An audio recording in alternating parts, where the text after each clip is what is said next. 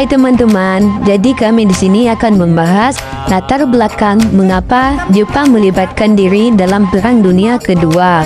Kami dari kelompok 2 dan ini tim kami.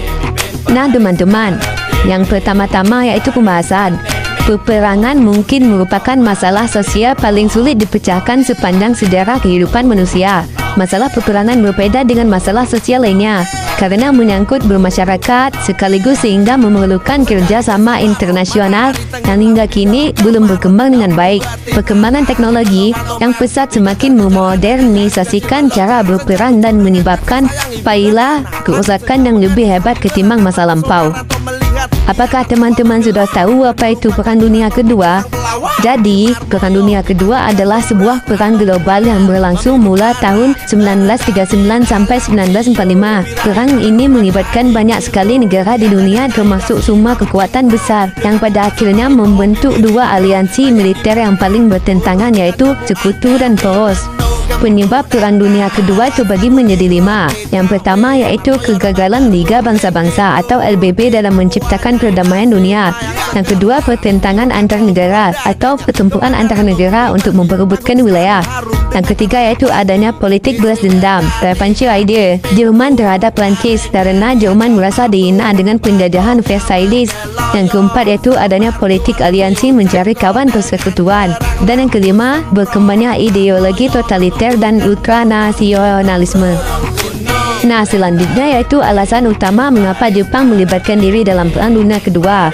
Adapun yang melatar belakangi Jepang terlibat dalam Perang Dunia Kedua yang paling utama ialah karena Jepang sudah lama sangat menganut paham fasisme, yang berarti bangsa Jepang menganggap dirinya keturunan Dewa Matahari dan menganggap bangsa lain lebih rendah. Dan sekarang yaitu alasan mengapa Jepang terlibat dalam Perang Dunia Kedua. Yang pertama yaitu meningkatkan jumlah penduduk Jepang, yang berarti bahwa Jepang membutuhkan lebih banyak makanan yang notabene diimpor dari luar negeri. Yang kedua, angkatan bersenjata Jepang dan masyarakat memiliki semangat patriotik yang sangat tinggi. Dengan angkatan bersenjata yang sangat kuat dan banyak, Jepang memiliki potensi untuk berekspansi hingga keluar dari wilayah. Yang ketiga, adanya pembatasan migrasi oleh AS, di mana AS melakukan kontrol yang lebih ketat terhadap para imigran Asia daripada kelompok imigran lainnya.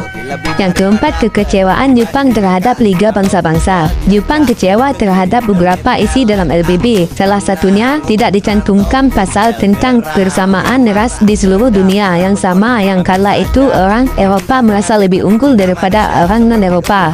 Dan yang kelima yaitu melemahnya hubungan Jepang dan Amerika pada tahun 1920 sampai 1930-an. Amerika melakukan pemberian pajak yang tinggi terhadap produk Jepang yang masuk ke Amerika Serikat. Tindakan ini diikuti pula oleh negara-negara Eropa lainnya yang cukup merugikan keekonomian Jepang. Akhirnya Jepang mengalihkan ekspornya ke negara-negara lainnya.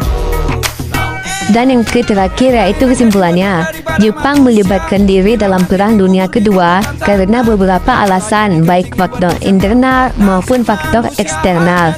Hal ini tidak jauh dari masalah yang dialami Jepang itu sendiri. Oleh karena itu, Jepang ikut serta dalam Perang Dunia Kedua agar negara Jepang bisa memenuhi kebutuhan negaranya dan memperkuat kedudukannya di mata dunia. Dan kita masuk di penutupnya. Sebagai penutup, kami ingin mengutip pertanyaan dari Walt Disney. Ia mengatakan, semua impian pasti bisa Anda wujudkan jika Anda memiliki keberanian untuk mengejar mereka. Artinya, jika Anda punya impian, maka genggam impian tersebut, yakini dan kejar. Percayalah bahwa impian Anda pasti bisa Anda wujudkan. Ini dia video singkat latar belakang mengapa Jepang melibatkan diri dalam Perang Dunia Kedua. Selamat menonton ya teman-teman.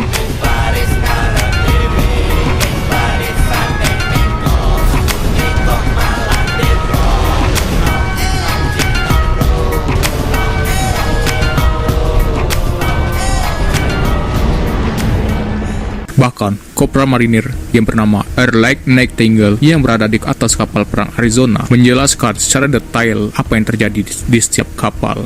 Dia berkata, "Sebuah ledakan menyebabkan kapal terguncang hebat. Aku melihat ke geladak kapal dan semuanya tampak terbakar. Aku melaporkan pada mayor bahwa kapal sudah terbakar. Mayor lalu memerintahkan kami untuk pergi. Aku yang terakhir untuk pergi. Mayat pun berkelimbangan di mana-mana, dan yang terbakar parah menuju ke geladak, tapi kebanyakan mereka terjatuh entah karena tewas ataupun terluka parah. Serangan ini pun dilakukan tanpa ada deklarasi perang sebelumnya yang mengakibatkan 2.500 orang Amerika tewas dan 1.200 orang terluka. Sedangkan di pihak Jepang, kurang dari 100 pilot dan pelaut Jepang yang tewas. Peristiwa ini pun membuat warga Amerika amat terkejut. Mereka yang selama ini menentang agar negaranya tidak ikut terlibat dalam Perang Dunia Kedua, akhirnya mereka semua kompak untuk terlibat langsung ke dalam Perang Dunia Kedua. Tapi sayangnya, pasukan Jepang yang telah menghancurkan Hawaii tidak mendarat di pelabuhan Hawaii, dan juga mereka tidak menguasai atau merebut Pearl Harbor. Ya, mereka pun berhasil menenggelamkan sebagian armada Amerika, yaitu hanya beberapa kapal perang yang sudah tua. Padahal kapal induklah yang akan menjadi kunci kemenangan di Perang Angkatan Laut. Dan beruntungnya 3 kapal induk yang berpangkalan di Pearl Harbor sedang tidak berada di sana. Semuanya sedang berada di lautan, dan ajaibnya mereka tetap utuh. Lalu kemudian Presiden Amerika Franklin D. Roosevelt telah bersiap untuk menghadapi serangan berikutnya. Ketegangan antara kedua negara pun semakin memanas. Tapi siapa yang mengira pasukan pesawat Angkatan Laut Jepang akan mampu menyerang 5.000 km dari basis mereka di Jepang. Lalu pada keesokan harinya, Presiden Roosevelt berpidato di depan Kongres. Yesterday, December 7, 1941, a date which will live in infamy. United States of America was suddenly and deliberately attacked. No matter how long it may take us to overcome this premeditated invasion, the American people in their righteous might will win through to absolute victory. Dan hari itu memang benar-benar sebuah invasi, karena di hari yang sama Jepang pun menyerang koloni Inggris yakni Hong Kong.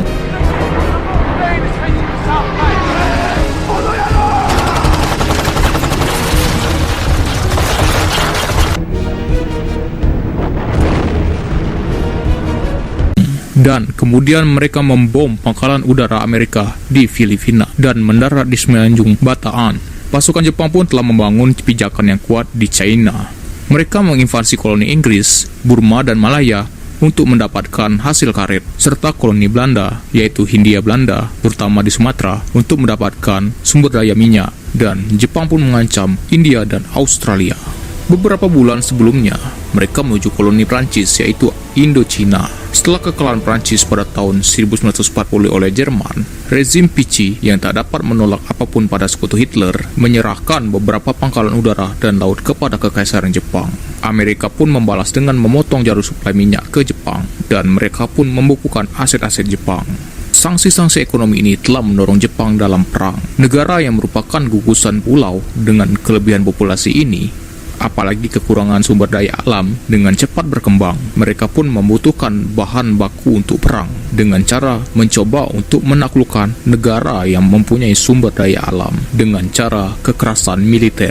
Jepang sendiri telah membangun angkatan lautnya menjadi salah satu armada kedua terkuat di dunia, dengan dilengkapi tak kurang dari 10 kapal induk serta dengan pesawat tempur yang sangat canggih di masanya itu. Contohnya seperti pesawat Zero yang terkenal hebat mengungguli teknologi pesawat-pesawat sekutu, baik dalam hal kecepatan, kemampuan manuver, dan juga jangkauan. Dan ini ditambah lagi dengan jutaan tentara yang amat loyal dan setia kepada sang kaisar, yaitu Hirohito. Hirohito sendiri adalah kaisar Jepang yang ke-124, seorang kaisar yang sangat terpelajar. Ia belajar biologi dan kelautan di laboratorium pribadi di istananya.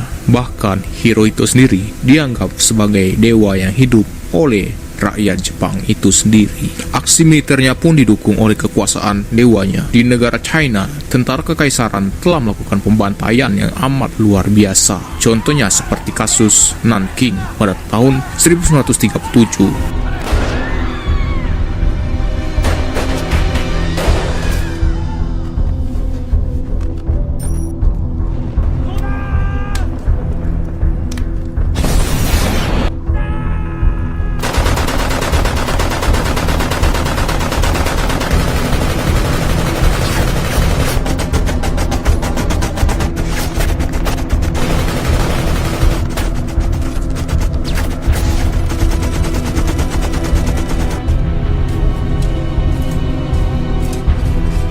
Saat itu, 300.000 warga China dibantai oleh tentara kekaisaran Jepang. Pasukan Jepang yang gagah dan berani. Ikan hiu makan tomat, senggol dong. Terima kasih telah menonton ya teman-teman. Semoga ketemu kembali.